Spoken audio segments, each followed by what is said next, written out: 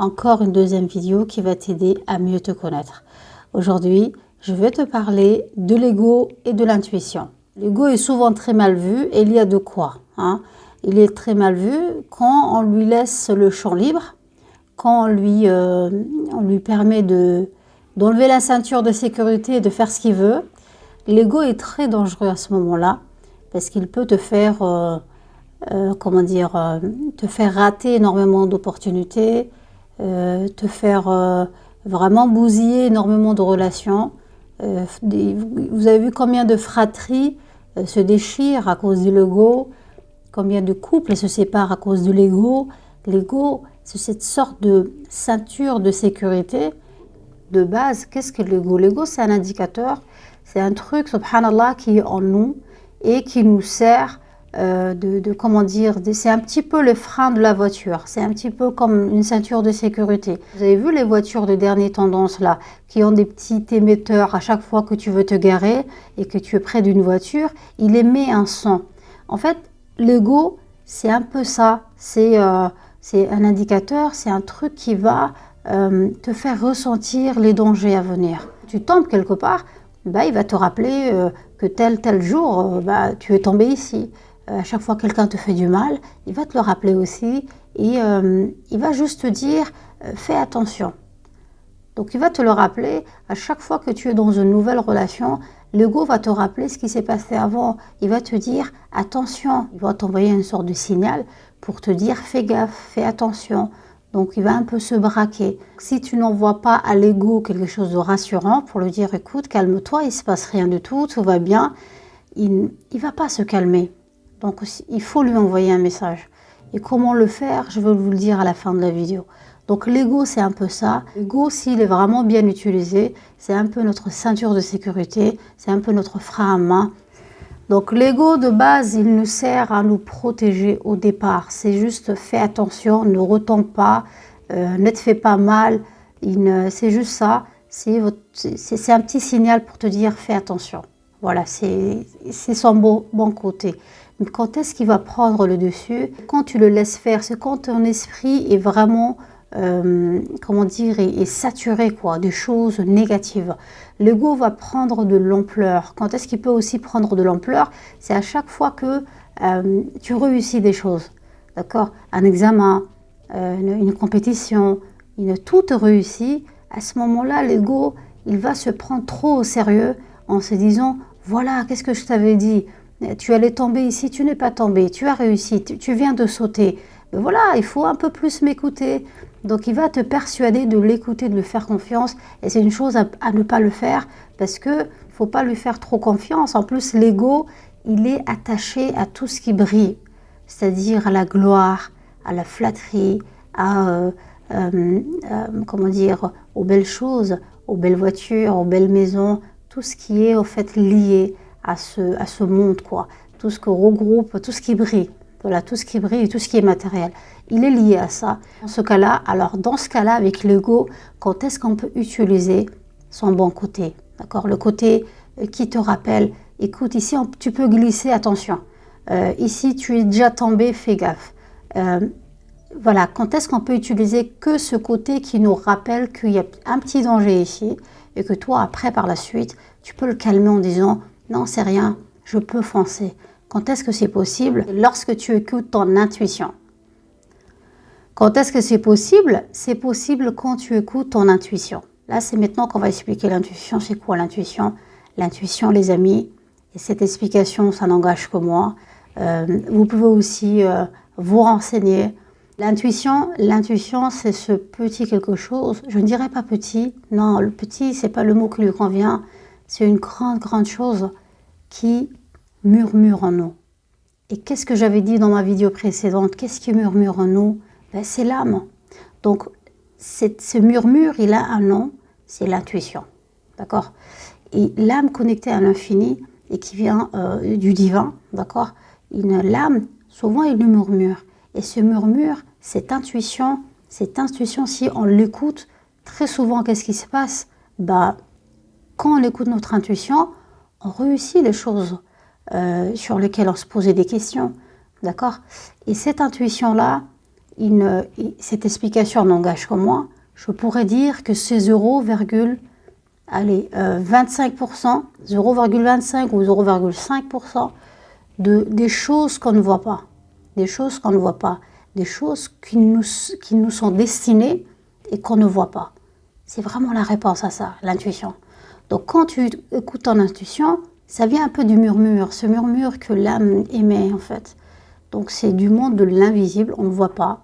L'âme, c'est l'infini comme je le disais, et ça vient du divin. L'âme, le murmure qu'il nous émet, c'est ça l'intuition. Il a un nom ce murmure, ça s'appelle l'intuition. C'est cette petite voix à chaque fois qui te dit, voilà, fais ci, et quand tu le fais, il a raison en fait, et ça se passe comme ça. Donc c'est peut-être 0,50%, c'est petit, mais en tout cas, c'est au moins un petit pourcentage d'une chose, d'une vérité qui nous est destinée, qu'on ne voit pas, et que cette intuition nous donne comme indicateur en nous disant, c'est la bonne voie, vas-y. Donc c'est ça. Donc l'ego, qu'est-ce que j'ai dit? L'ego, c'est un indicateur, il est un peu lié à la peur, mais c'est juste pour te prévenir qu'il y a peut-être un danger ici, un truc avec lequel il ne se sent pas à l'aise. Mais c'est juste un indicateur. Il ne faut pas lui donner trop d'importance. Et pour qu'il ne prenne pas de l'ampleur, tu vas écouter ton intuition, parce que l'intuition va te donner cette réponse. Et ensuite, tu pourras dire à ton ego, puisque tu as écouté ton intuition, écoute l'ego, il n'y a pas de problème ici, tout se passe bien. Je sens au fond de moi que tout va bien, il n'y a pas de problème. Et là, l'ego va se calmer. D'accord? Si tu donnes trop d'importance à ton ego, il va prendre beaucoup de place et tu ne pourras plus contrôler ta vie et tu vas faire que des dégâts. La méchanceté, les amis, ça vient souvent de l'ego, donc il ne faut pas lui donner trop d'importance. C'est un petit indicateur, c'est pas toi. Toi, tu vaux bien plus que ça. Donc c'est juste uniquement un indicateur pour te dire, il y a un petit danger ici, c'est notre frein à main, c'est notre ceinture de sécurité, rien de plus. Mais il va prendre de l'ampleur quand en fait, tu n'écoutes pas ton intuition, quand tu n'as pas activé ta conscience, quand tout ça est absent, c'est normal que l'ego gonfle et prend énormément de place. L'ego est attaché à tout ce qui brille, d'accord, à la gloire, à la flatterie. L'ego écoute énormément ce que les gens pensent de lui. Donc fais attention à ne pas trop donner de l'importance et écoute ton intuition. C'est là-bas qu'est la vérité. Et l'intuition, on ne l'entend pas très souvent comme ça. On ne l'entend pas lorsqu'il y a énormément de bruit en toi, lorsque ton esprit est saturé, lorsqu'il y a beaucoup de choses qui grognent en toi. C'est pour ça qu'il faut se soulager, il faut s'écouter, écoute tes émotions. Ça ne sert à rien de les étouffer, ça ne sert à rien de les projeter sur d'autres personnes. Les gens, ils t'ont rien fait. C'est toi qui souffres. Donc à chaque fois que tu as des problèmes, à chaque fois que tu as une émotion, à chaque fois que tu souffres, note ça quelque part. Tu peux écrire sur un bout de papier, comprendre ça, tel un problème à résoudre. Voilà, et essaie de t'écouter, essaie de mettre tout ça sur un bout de papier. Tu n'as même pas besoin de parler à une personne.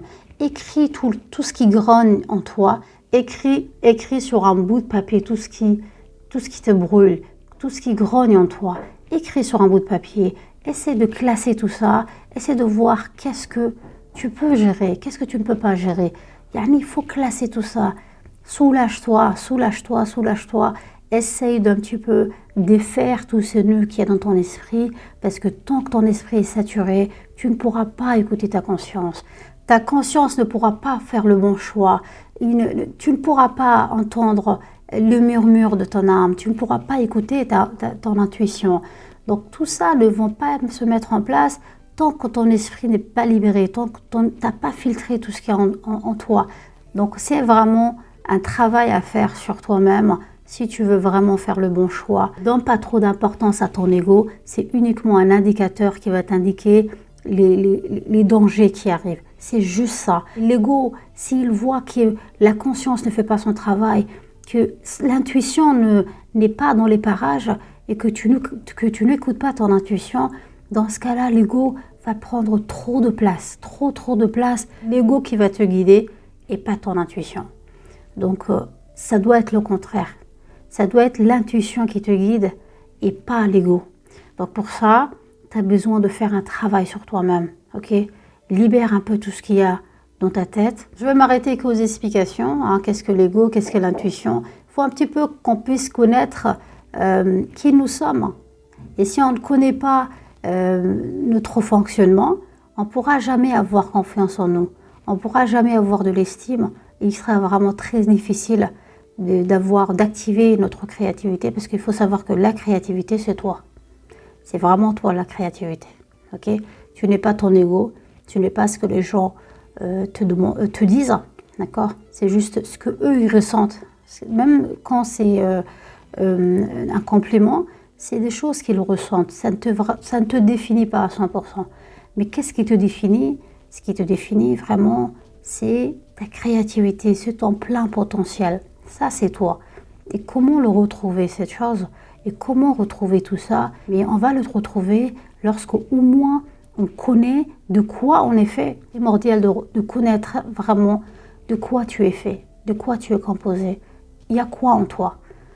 D'accord? Il faut qu'on puisse se connaître un minimum, connaître les outils qu'on a pour pouvoir ensuite activer tout ce que nous voulons.